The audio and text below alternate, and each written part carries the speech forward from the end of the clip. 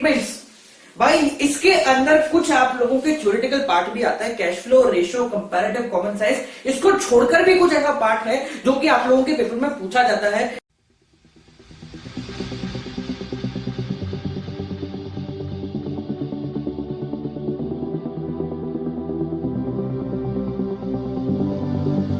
हमेशा याद रखें, अगर क्वेश्चन है तो आंसर भी है, और कोई और कर सकता है तो आप भी जरूर कर सकते हैं। Hi guys, welcome back to another video of accounts Adda. अगर मैं आपको ये बोलूं कि आज की वीडियो देखने के बाद कुछ हो ना हो पर आपका 4 नंबर तो बोर्ड में पक्के हो जाएंगे, तो बिल्कुल गलत नहीं होगा, क्योंकि आज अपन कोई एक ऐसा चैप्टर उठाने वाले हैं जो कि आना पक्का है और जिसका क्वेश्चन जो है वो बच्चों वाला होता है। यानी कि आज अपन बात करने वाले हैं comparative and common size statements के बारे में। तो भाई क्या होते हैं कंपैरेटिव और क्या होते हैं कॉमन साइज स्टेटमेंट्स, आज इनके बारे में बात कर लेंगे। देखो 4 नंबर मुफ्त के चाहिए ना, तो ये वीडियो को एंड तक जरूर देखना और देखने के बाद शेयर और लाइक कमेंट जरूर कर देना, ठीक है। आज है दिन नंबर 14 रिवीजन सीरीज का और आज देने वाला हूं आप लोगों को 4 नंबर। क्या देने वाला हूं? 4 नंबर आज की वीडियो में दे दूंगा आप में, ठीक है। इसके बाद 4 दिन और रह जाएंगे जहां अपन 2 दिन करेंगे रेशियो और 2 दिन करेंगे कैश फ्लो। चलिए तो करते हैं शुरू, किस तरीके से काम होता है, किस तरीके से बाकी सारी चीजें होती है, चलो देखते हैं। देखो भाई, कंपैरेटिव स्टेटमेंट्स, जितने भी फाइनेंशियल स्टेटमेंट्स होते हैं, बैलेंस शीट ले लो या पीएनएल ले लो, उनको इंटरनल लेवल पे कंपेयर करना या उनको देखना कि भाई आप पिछले साल से इस साल आपकी कितनी बढ़ोतरी हुई है, आप कितने कम हुए हो, कितने आगे बढ़े हो, इन सारी चीजों के लिए हम यूज करते हैं comparative and common size statements का। सबसे पहले बात करते हैं कंपैरेटिव स्टेटमेंट। कंपैरेटिव स्टेटमेंट का मतलब यह होता है कि बैलेंस शीट और पीएनएल को कंपैरिजन के फॉर्म में शो करना, एक दूसरे से नहीं, आपस में, इन टाइम इंटरवल। यानी कि 2017 और 2018 के अंदर बैलेंस शीट के अंदर जो एसेट था, जैसे फॉर एग्जांपल मान लो शेयर होल्डर फंड, वो 5 लाख था 2017 में और 2018 में हो गया 8 लाख। तो कंपैरेटिव स्टेटमेंट का मतलब we need to compare these two terms, ठीक है। जैसे मान लेते हैं शेयर होल्डर फंड है, ठीक है, शेयर होल्डर फंड है जो 2017 में था 5 लाख रुपए का और 2018 में हो गया 7 लाख रुपए का, ठीक है। अब you are required to make a comparative balance sheet. तो करना क्या है आपको एक पूरी बैलेंस शीट या क्वेश्चन में गिवन होगी, पूरी बैलेंस शीट यहाँ गिवन होगी और ये चीजें तो ऑलरेडी गिवन होगी, इतना ही आपको बैलेंस शीट गिवन होगी, ये सब गिवन होगा, यहां भी सब गिवन होगा, ठीक है। सबसे पहले बात कर लेते हैं कंपैरेटिव की। What is comparative? कंपैरेटिव का मतलब to compare 2 different years, 2 different सालों को कंपेयर करना और उसका डिफरेंस निकालना। तो when we talk about comparative balance sheet, हम क्या करेंगे, हर इंडिविजुअल आइटम को कंपेयर करेंगे कि वो पिछले साल से इस साल में उसमें कितनी बढ़ोतरी हुई है या कितना कम हुआ है। फॉर एग्जाम्पल मैं बात कर लेता हूं इसकी शेयर होल्डर फंड, तो पिछले साल से इस साल के अंदर आने में इसमें 2 लाख पॉजिटिव बढ़ोतरी हुई। इसको अपन कहते हैं एब्सोल्यूट चेंज। क्या कहते हैं इसको? Absolute change. एब्सोल्यूट चेंज का मतलब क्या है? नंबर्स के फॉर्म में चेंज, ठीक है। तो भाई कंपेयर करा अपन ने दोनों सालों को, 2017 2018 को, एंड इन दोनों के बीच में कितना चेंज आ रहा है? 2 लाख का पॉजिटिव चेंज आ रहा है। अगर ये 7 लाख होता, ये 5 लाख होता, तो आप क्या करते? ब्रैकेट लगा देते, इट मींस नेगेटिव, ठीक है। तो सबसे पहली चीज कंपैरेटिव स्टेटमेंट का मतलब क्या होता है? टू कंपेयर 2 डिफरेंट ईयर्स, ठीक है। इसके बाद हम निकालते हैं इसी का क्या? Percentage change. यानी कि in the form of percentage ये कितना बढ़ा है, in the form of percentage इसमें कितनी कमी आई, ये होता है परसेंटेज चेंज। तो परसेंटेज चेंज निकालने का बहुत आसान तरीका होता है, आप लिखो, देखो फॉर्मूला बता देता हूं मैं, चेंज इको पढ़िए, proportional method, percentage method, change upon old into 100, वही ये फॉर्मूला। चेंज कितना है? 2 लाख रुपए का चेंज आया। ओल्ड कितना है? 5 लाख रुपए ओल्ड है, इंटू 100। 1 2 3 4 5, 1 2 3 4 5, ये गया 20 बार, 40.00, ये आपका परसेंटेज चेंज आ गया। सिर्फ कोई दिक्कत आई इसमें? कोई परेशानी आई? अब सोचो यही क्वेश्चन अगर 4 नंबर में दीजिएगा तो कितना आसान होगा। जी हाँ, इतना ही आसान है इस क्वेश्चन को करना और इतना ही आसान है इस क्वेश्चन में 4 मार्क्स आना। आपको कुछ नहीं देखना कि भैया ये बैलेंस शीट है या पीएनएल है, कोई दिक्कत की बात नहीं है। व्हाट यू आर रिक्वायर्ड, आपको बोला जाए कंपैरेटिव जितने भी एलिमेंट्स है, share holder fund, reserve and surplus, total जो भी है, सब में इतना ये दो चीजें गिवन होंगी, ये गिवन होगा। पहले निकालो डिफरेंस और फिर ये फॉर्मूला लगा के परसेंटेज निकाल दो, आपका आंसर आता है। किसी को भी दिक्कत आती है कि सर ये कैसे होगा, अपनी बुक का कोई भी एग्जांपल उठा के देख लो, सब में ऐसे ही, कोई चीज नहीं।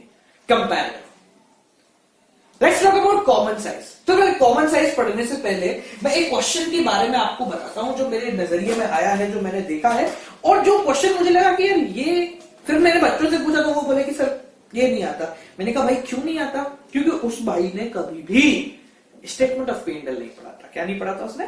स्टेटमेंट ऑफ पी&एल नहीं पढ़ा था। तो चलिए बात कर लेते हैं स्टेटमेंट ऑफ पी&एल की। क्वेश्चन निकाल लेता हूं मैं। चलो क्वेश्चन क्या निकालें, आपको समझा ही देते हैं। चलो बड़ा आसान है। तो देखो स्टेटमेंट ऑफ पी&एल क्या है। स्टेटमेंट ऑफ पी&एल का हमें फॉर्मूला नहीं पता, या बात करें उसका प्रॉपर मुझे फॉर्मेट नहीं पता कि स्टेटमेंट ऑफ पी&एल में क्या आता है। आप लोगों ने कक्षा 11वीं पढ़ी है, कक्षा 11वीं के अंदर आपने पी&एल अकाउंट जरूर बनाया होगा, बनाया ना कभी 12वीं में आए। तो भाई पी&एल अकाउंट आपने बना दिया। पी&एल अकाउंट बनाते समय आप लोगों ने ये पता था क्या कि भाई जैसे हम बना के निकलेंगे वैसे ही आपके सारे के सारा फॉर्मेट बदल जाएगा। क्यों? क्योंकि अपन ने बनाया था सोल प्रोप्राइटरशिप में, ये भाई आ गया अकाउंट था कंपनी में। तो भाई देखो बड़ा आसान होता है। स्टेटमेंट ऑफ पी&एल यानी कि पी&एल अकाउंट, उसमें सबसे पहले आप क्या लिखेंगे? रेवेन्यू। यानी कि मैं समझा देता हूं क्या होता है। सबसे पहले उसमें आता है revenue from operation, from operation यानी कि सेल्स, प्लस अदर रेवेन्यू। अगर कोई अदर रेवेन्यू होता है तो वो जुड़ जाता है। ठीक है, ये दोनों आपने यहां लिखे। फिर टोटल रेवेन्यू। टोटल रेवेन्यू मतलब ये अगर फर्स्ट है ये सेकंड है तो 1 + 2 = टोटल रेवेन्यू। मेरी लैंग्वेज समझ में नहीं आ रही होगी, आप लोगों को समझा रहा हूं। आपको क्या करना है, देखो सिंपल सा है। स्टेटमेंट ऑफ पी&एल का मतलब क्या है, आप एक तरफ लिख लो सारे रेवेन्यू, एक तरफ लिख लो सारे एक्सपेंस, और उसके बाद प्रॉफिट निकाल दो। प्रॉफिट कैसे निकाला जाता है? जितने भी रेवेन्यू उनको जोड़ लिया, एक्सपेंसेस लिखे सारे, 4 तरीके के एक्सपेंस गिरे, 1 2 3 4। ठीक है, उसके बाद लिखा टोटल एक्सपेंस कितना, इन चारों को जोड़ो टोटल एक्सपेंस आ गया। ठीक है, उसके बाद लिखा प्रॉफिट। प्रॉफिट कैसे निकालते हैं? Revenue minus expense. ये रेवेन्यू ये एक्सपेंस, इसको माइनस करके आप क्या निकाल सकते हो? प्रॉफिट। उसके बाद बड़ा आसान, उसके बाद क्या करना है, ये जो प्रॉफिट होगा ना ये होगा profit before tax, before tax.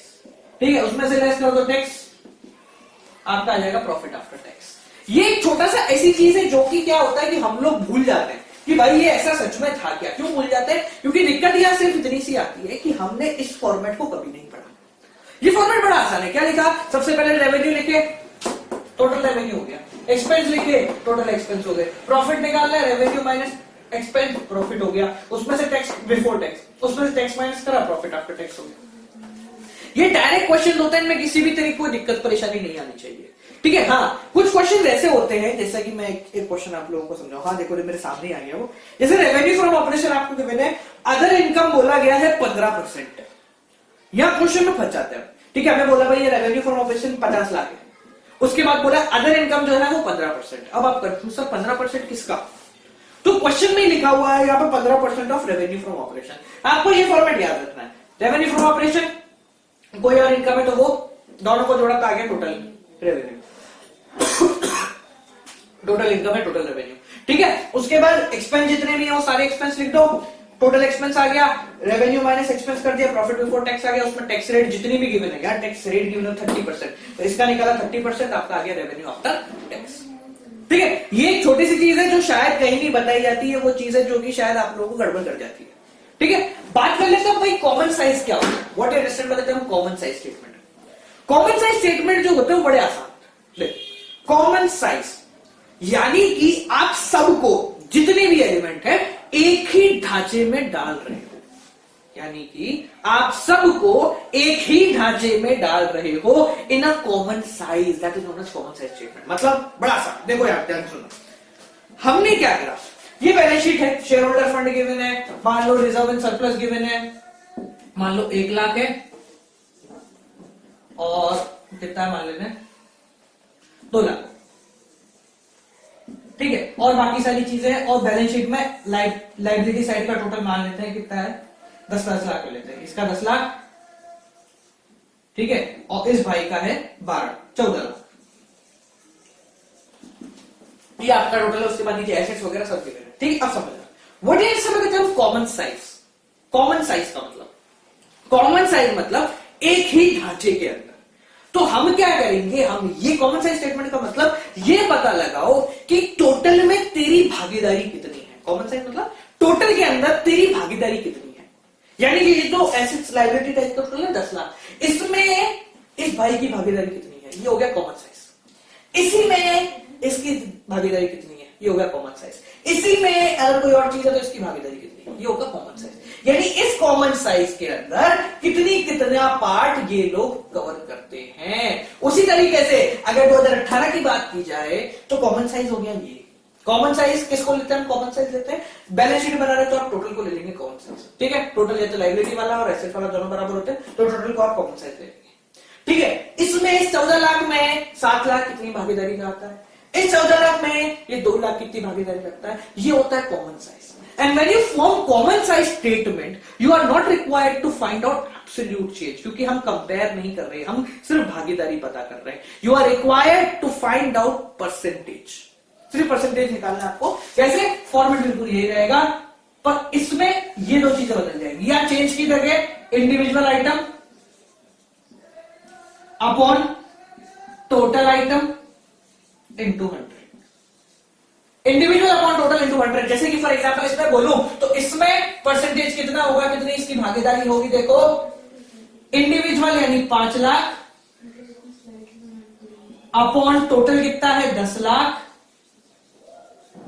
Into 100 कितना 1 2 10 लाख ही ना भाई, हाँ जी 3 1 2 3 1 2 1 2 1 1 50, यानी कि 50.00 इसकी भागीदारी है। इसकी भागीदारी की बात करें तो 10.00 इसकी भागीदारी है। ठीक है, ये 100.00 तो 100 ही होगा।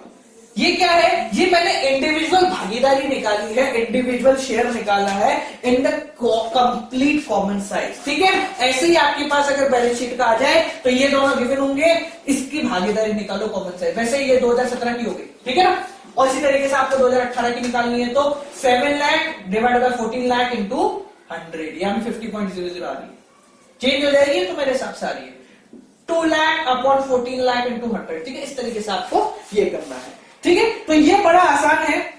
इसको कैसे लिखना है, परसेंटेज ऑफ टोटल, ये लिख दो उसको, परसेंटेज ऑफ टोटल ऑफ 2017, ये वैसे 2018। ये कुछ डायरेक्ट क्वेश्चन होते हैं जो कि शायद आप लोगों के 4 नंबर में ऐसे दे जाएंगे कि आप सोचेंगे सर 4 नंबर तो मेरे सीधे सीधे आ गए। ठीक है, तो there are few direct question जिनके बारे में आपको ध्यान रखना है। मोर ओवर इस चैप्टर में ज्यादा कुछ नहीं है, थ्योरेटिकल पार्ट पे थोड़ा सा ध्यान देना, जो कि आपके फाइनेंशियल स्टेटमेंट क्या होते हैं, उसके ऑब्जेक्टिव क्या होता है, उसके मेरिट्स क्या होता है, उसके डिमेरिट्स क्या होते हैं। 11th क्लास में अगर प्रिंसिपल्स आप लोगों ने पढ़े तो मेरिट्स डिमेरिट्स कोई बच्चा भी निकाल लेगा। ठीक है, तो चलिए आज इतना ही, मैं आपको यही समझाने आया था कि भैया ये चीजें इस तरीके से होती हैं। अगर आप लोगों ने कंपैरेटिव कॉमन साइज वाला चैप्टर नहीं पढ़ रखा, अब तक कुछ भी नहीं पढ़ा उस चैप्टर में, देखा भी नहीं था कि क्या होता है कैसे होता है, तो डिस्क्रिप्शन में जाए, कंप्लीट क्लास वीडियो यहाँ पे गिवन होगी, कंप्लीट क्लास वीडियो को अटेंड करें और वहां जाके पूरे उसको फॉर्मेट के हिसाब से ढंग से पढ़ लें। और रिवीजन करना है तो रिवीजन के फॉर्म में मैंने आपको बता दिया है। ठीक है, जिन्होंने नहीं पढ़ा पहले क्लास वीडियो अटेंड करो, then come back to revision. ठीक है, चलिए आपसे कल फिर मिलेंगे। ध्यान रखें फरवरी चालू होने वाला है और फरवरी के अंदर मार्च में इंग्लिश का पेपर है। इंग्लिश की तैयारी करना 20 से 25 दिन लगता है इंग्लिश की तैयारी करने में मिनिमम, चाहो तो करके देख लेना। ठीक है, क्योंकि इंग्लिश, इको और बिजनेस ये 3 एक ही से कवर होंगे, दैट इज योर इंग्लिश। ठीक है, तो चलिए कल फिर मिलेंगे आपसे अकाउंटिंग रेशियो को लेकर। Till then guys keep on watching accounts and doctor, don't forget to like, comment, share and subscribe.